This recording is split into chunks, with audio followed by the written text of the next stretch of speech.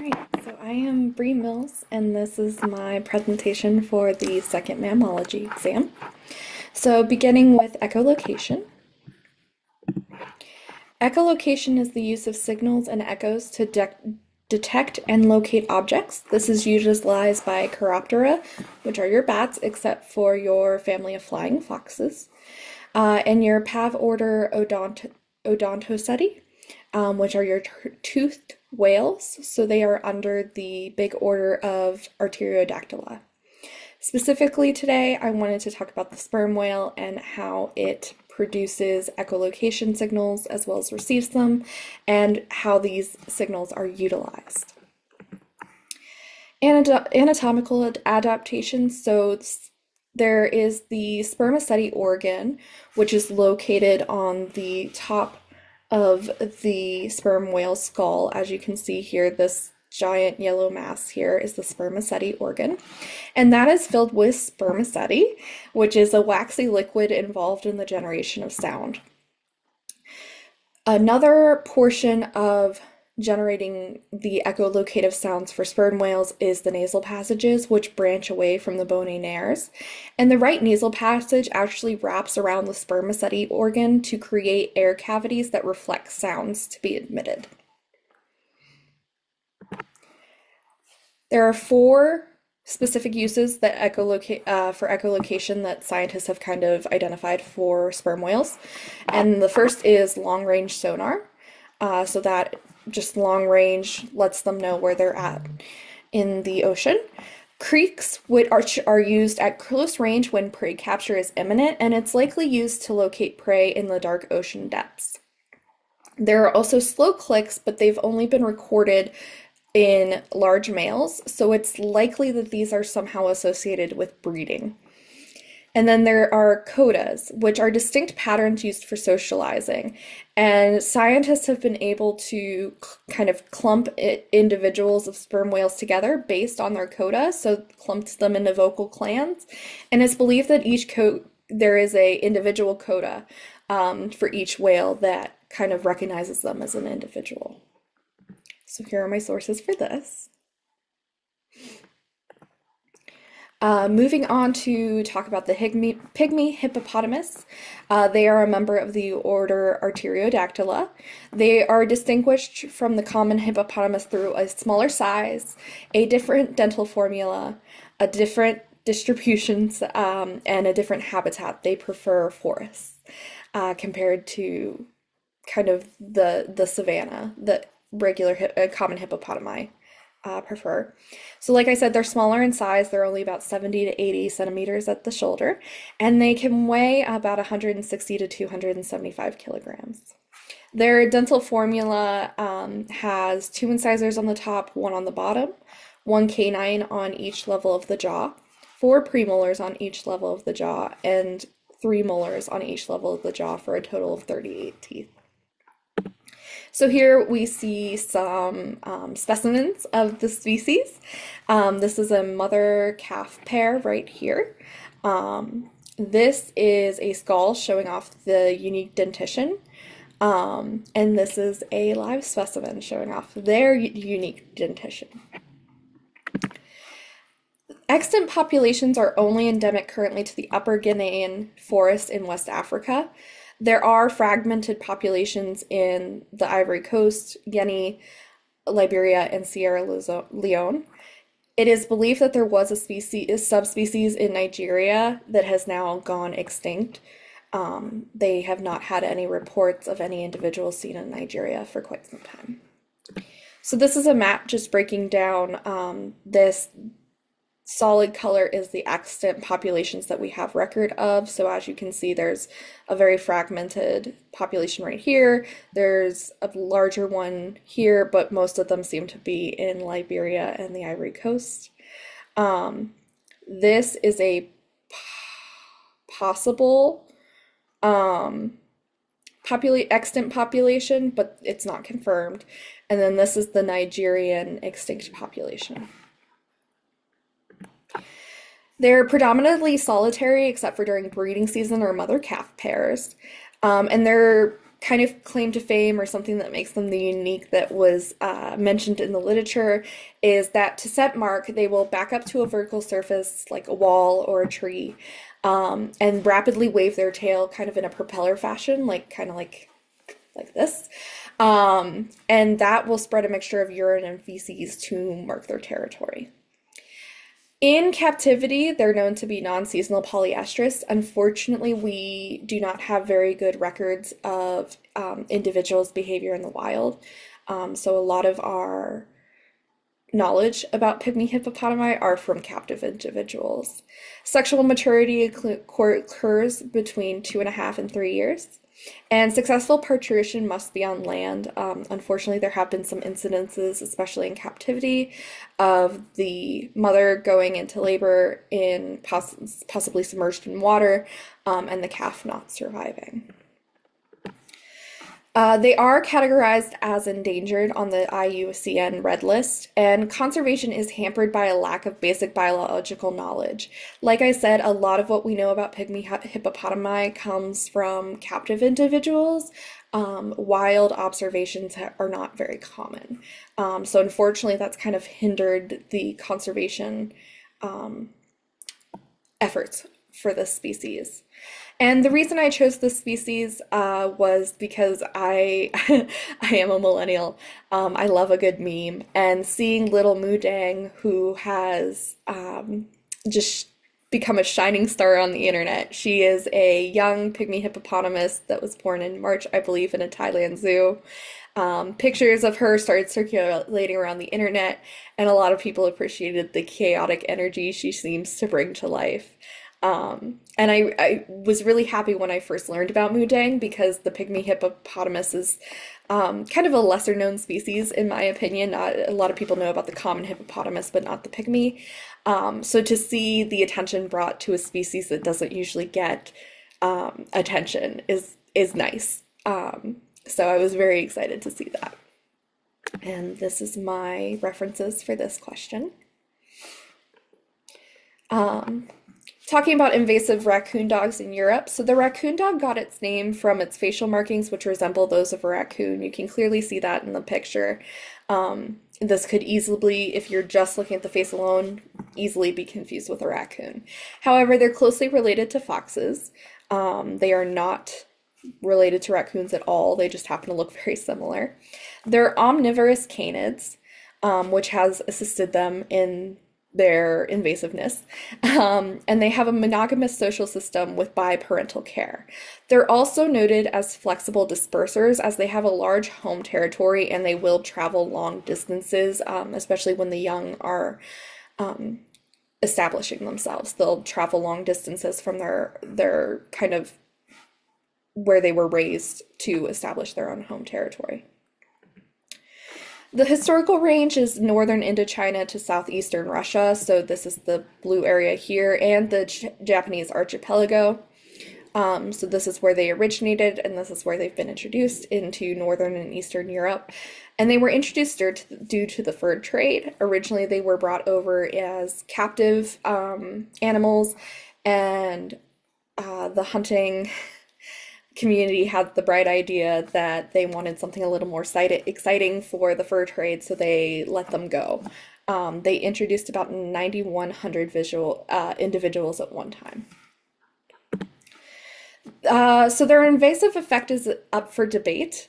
They're believed to destroy waterfowl nests. However, significant evidence of this has not been presented, at least in any of the papers I read. They do have a small impact on the game bird population, and the hunting of those species. They have been linked to local extinction of frog populations, which could spell trouble for the ecosystems that they invade. And there's possible competition with red foxes and badgers for resources like prey and dens. They're also known as a disease vector. They've been known to carry rabies, parasites that also affect red foxes and badgers, and possibly canine distemper, which is not only, well, and the rabies too. Those are not only a threat to local wildlife, it's a threat to human pets. They're labeled as the most successful alien carnivore in Europe, and this is due to their high adaptability and reproductive potential, their omnivorous diet, that they hibernate in northern areas, that there were multiple introductions, and the tendency to wander. And this is my references. Finishing out with the jaguar reintroduction proposal analysis, the conservation rationale was mainly to reintroduce jaguars into an area where they were found historically and before becoming extinct. It's believed that this reintroduction could also improve ecosystem quality, and this would also establish an isolated population in the United States to add to the resilience of the species overall. Between 1890 and 1964, there were 16 jaguar sightings reported in the Karna area, which was the map I had on the last slide. However, it's believed that the last jaguar was removed in 1960. Today, jaguars are federally and state protected species, therefore hunting should not be an issue anymore. And no jaguar attacks have been reported in the US in the 21st century. It is important that humans are invested in jaguar reintroduction for it to be successful. This has been shown in past reintroduction efforts, that you must have not just the local population invested in this, but funding agencies, the government, things like that.